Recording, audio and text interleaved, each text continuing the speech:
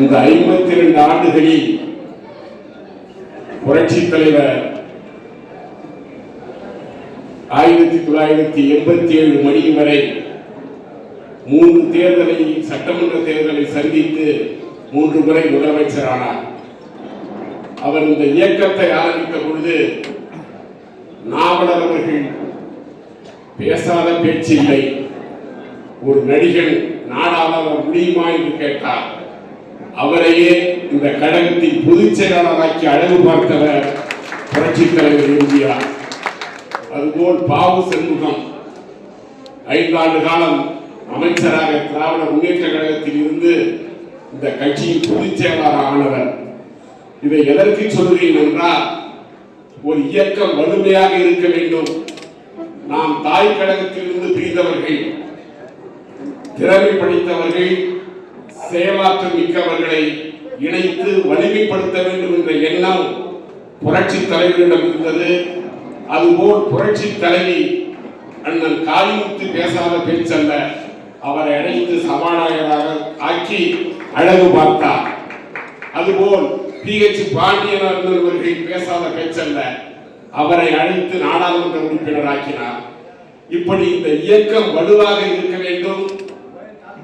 புரட்சி தலைவர், புரட்சி தலைவி என்ன நினைத்தார்கள் என்றால், தமிழ்நாட்டினுடைய ஏழையின் இதயத்தில் இந்த இயக்கம் இருக்கிறது, இந்த இயக்கம் 100 ஆண்டு காலம் இருக்க வேண்டும் என்று ஏசியவர்களை, அவர்களுடைய திறமையை, அவருடைய செயலாற்றலை எண்ணி இயக்கத்தில் இணைத்து இந்த இயக்கத்தினுடைய தலைமை பொறுப்பையே கொடுத்தவர் புரட்சி தலைவர் எம்ஜிஆர்.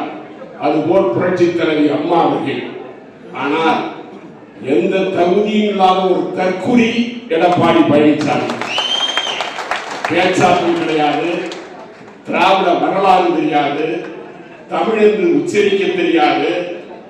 எப்படியோ சந்தர்ப்ப சூழ்நிலையால் காலி விழுந்து பதவியை பெற்ற எடப்பாடிக்கு இந்த இயக்கத்தை பற்றி, இந்த இயக்கத்தினுடைய அருமையை பற்றி, இந்த இயக்கத்தின் வரலாறு தெரியாது, திராவிட இயக்க வரலாறு தெரியாது.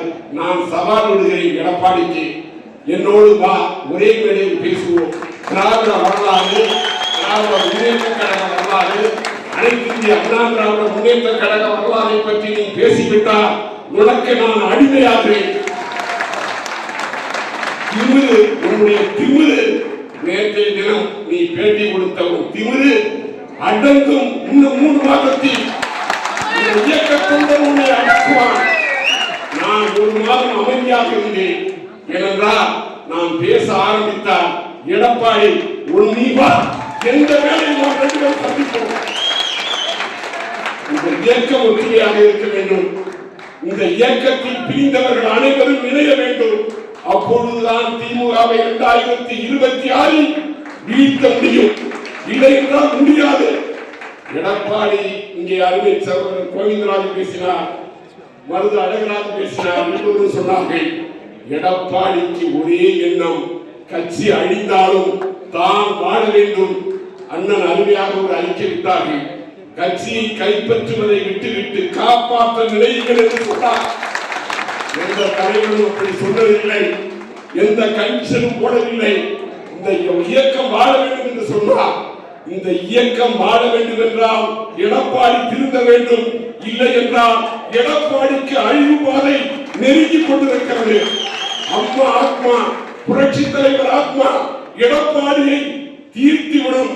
ஏனென்றால் இந்த இயக்கத்தை கட்டி காத்தவர்கள் புரட்சி தலைவர், புரட்சி தலைவி அம்மா. அவருடைய ஆத்மாவுக்கு துரோகம் செய்கின்ற எடப்பாடி அரசியலில் அனாதையாகி விடுவார். இது காலத்தின் கட்டாயம். இதை உணர்ந்து இப்பொழுது நான் சொன்னேன், ஒரு இயக்கத்தில் கருத்து வேறுபாடுகள் இருக்கும், கடுமையான விமர்சனங்கள் இருக்கும். பிறகு சிந்தித்து இந்த இயக்கம் வாழ வேண்டும் என்று நினைத்தால் தன்னையே விட்டுக் கொடுப்பவன் தான் இந்த இயக்கத்தின் உண்மையான தொண்டர். எந்த தகுதியும் இல்லாத தற்குறிக்கு அந்த எண்ணம் வரவில்லை. அந்த தற்குறியை நாம் திருத்த வேண்டும். இந்த இயக்கம் இணைவதற்கு நாம் பாடுபடுவோம். நிச்சயமாக இன்னும் 3 மாதத்தில் இந்த இயக்கம் இணையும். மீண்டும் 26 ஆட்சிக்கு அமையும். நமது முதலமைச்சராக நோக்கி சுழல்வார். இது நிச்சயம் நிச்சயம் தந்த வாய்ப்புக்கு நன்றி சொல்லி விடைபெறுகிறேன். நன்றி, வணக்கம்.